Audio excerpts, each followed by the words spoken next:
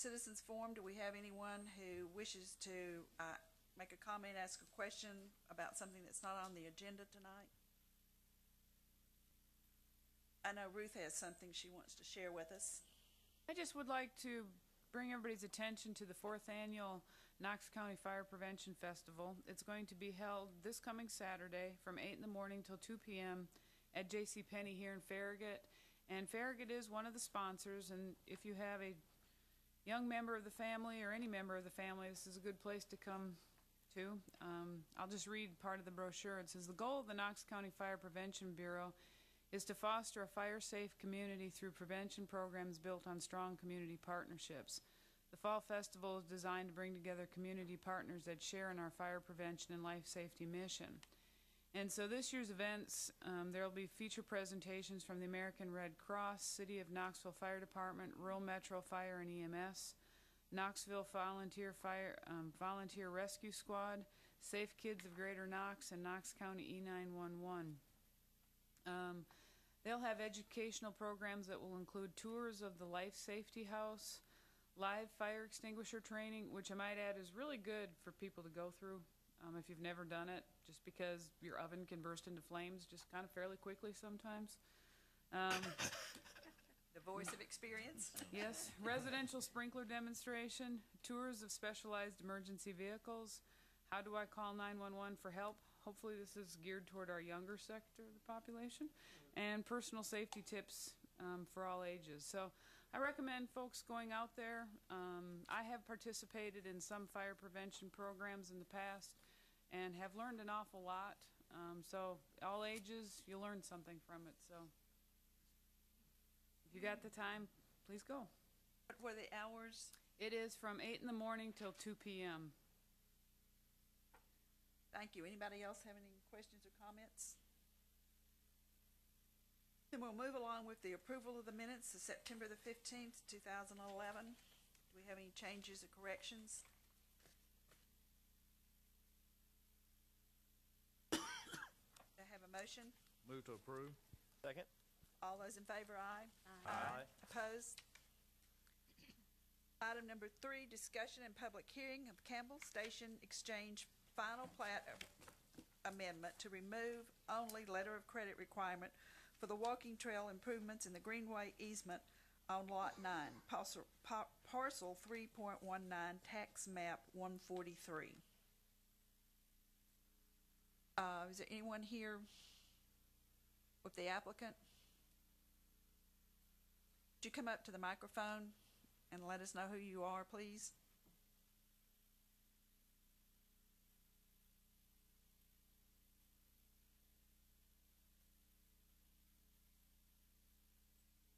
Yes, my name is Mark Sen.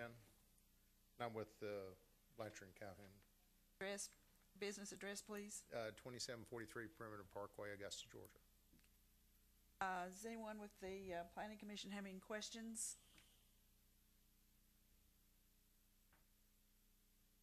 Anyone in the audience have any questions or comments?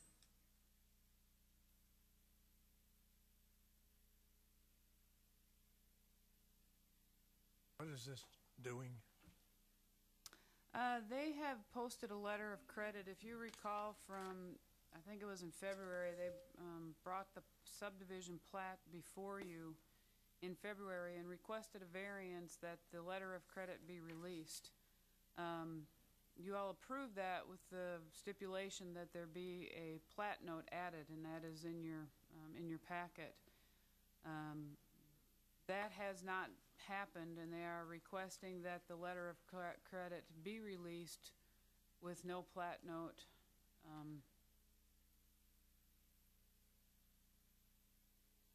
Or no plat.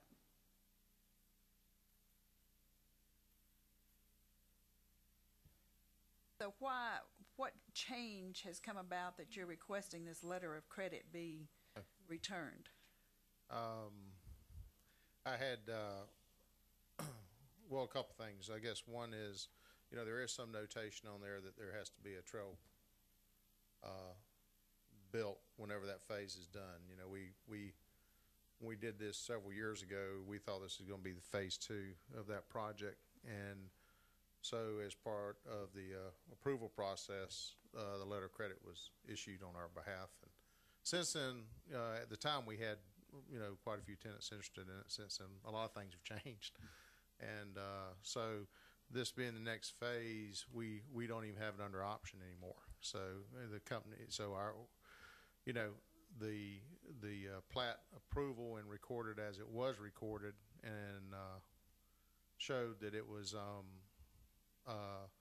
that whoever does this next phase would have to put the trail in regardless. So, I mean, you guys have, you and your staff have control over when that trail goes in, regardless of whether there's a letter credit put up or not. You have to approve it. You have to issue permits. And when and if that phase gets done, at that time, they'll have to put it in. It's pretty, I think it's pretty plain it's identified on the plat, where that area goes, and it's supposed to be the center line of that, which may be modified upon staff's approval of where it goes. Because right now it's in the middle of a horse field. And so the final location of it may vary based on the plans that are submitted at that time. But I think from the town standpoint, I think you still have all the cards. I mean, because someone still has to come to you for approval. Someone still has to come to you to get plans approved.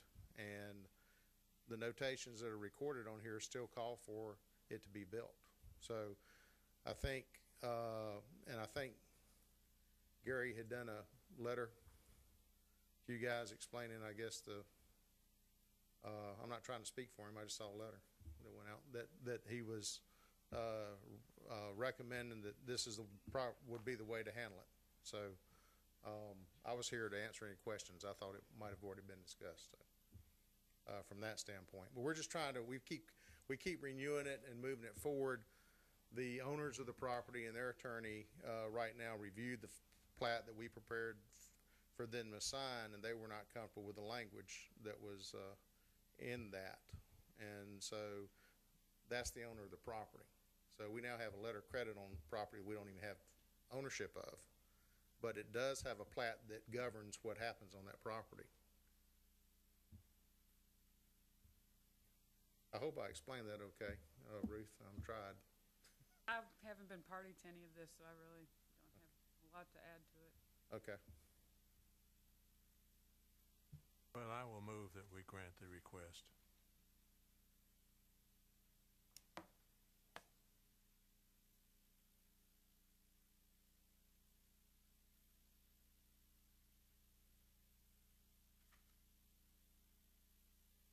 Second, Ruth? Okay. Before we move on, does David have something you want to say?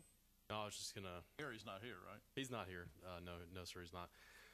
No, I was just gonna say that basically, I think Mark said it pretty well. We have an outstanding letter of credit. It's been sitting out there for quite a while. They are really no party to this property or this agreement anymore with the Biddles. So basically, the plat and covenant both say that any time that this lot 9 is developed, the trail would have to be built at that time. So I think we're pretty well covered by those two documents. So I don't see any issue with releasing the letter of credit this time. Y'all still have any material interest of option of any kind at all relationship with Biddle on that piece of property? No, sir. Totally severed. It's Yes, sir. period. Okay. Yes, sir. We still have an option in the first phase. Obviously, we still have interest in that, but not in that phase, not the second phase. No, sir. Mark, I got a question for you. Yes. Right here. Yeah. Oh, sorry. That's all right. The pending plat that you're talking about. Right. What language is still out there? Obviously, there's some plat that you guys Right. wish to record, whether it's at our request or at your request. Right. I'm not sure. How is that something that's at the town's request, that there's still this pending plat and you're trying to work out the plat notes and the language with the Biddles, or is that something that you guys are just trying to do internally? That's a housekeeping issue. Well, no, I think what we did is we came back and asked the town to help us try to figure it out. And one of the solutions that were provided was changing some of the notations on the plat. And And I know Ruth tried to help us with that, to try to get the correct wording and stuff at the time, to get something that, you know, from that standpoint. So And hence, that was where one- that that's was- where the impasse is occurring with the that- Biddles. That's correct. Okay, I'm trying to fully understand what's happening. Right. Ruth, the existing plat notes that are recorded today, we heard what David said. We feel like that those are sufficient enough in the future to trigger the walking trail construction upon development.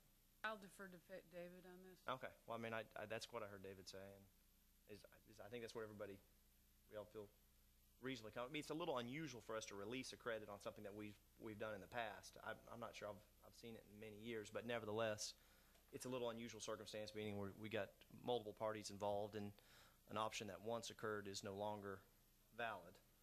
So we're just trying to move forward, and obviously our goal is upon development that the trail would be then constructed. Well, one thing to our advantage should be, and David, I guess I'll look at you in the back, just not, you only have to nod your head yes if I'm correct with this statement. The Biddles have no leverage over us. I mean, those plat notes, what I heard, they're already there, so we don't have to change them. I mean, what I'm reading here is they're asking us to change them, but we don't have to. I have no problem with what we're looking to do in the LLC. It's I'm not sure we're necessarily changing a plat note. I don't think this is going to trigger any additional plat change. I think we're just pure and simply giving up on the letter of credit. no, I agree. No, I just was reading the comment from Gary here that it talked I think the real about issue changing. distills down to, you didn't say we do, it is, you said, kind of, I don't know the exact words, like more most likely. I'd like to, kind of hear a firm statement from you and maybe Tom that says the plat note, protects that walking trail option. I fully support holding them hostage on a letter of credit, so to speak, for something they have really no interest in. Right. But golly, I really want to protect the plate on that that walking trail. I think that's what everybody's really. I think that's what the intent is here. We want it to occur upon development. I mean, they did a great job with the walking trail behind the Kroger, and maybe they'll be involved in the next phase. But that's kind of our goal is not to necessarily force these trails to be pre-development trails. Sure. There's not only a plat note, but there's also covenants that run with this land, and Tom has been working closely with the Biddles attorney on everything involved in this whole situation. Certainly he can talk to that as well, but basically, whenever anybody, whoever it may be, comes to develop Lot 9, they will have to come back to the Planning Commission, and the Planning Commission at that time can tell them to build that trail all the way out if you decide to do that. So that's not only through the plat notes that we have, but it's also through the covenants that are running with the land that have also been deeded and recorded. So I think we have it covered in two different areas if we need somebody to put that trail in at a future development.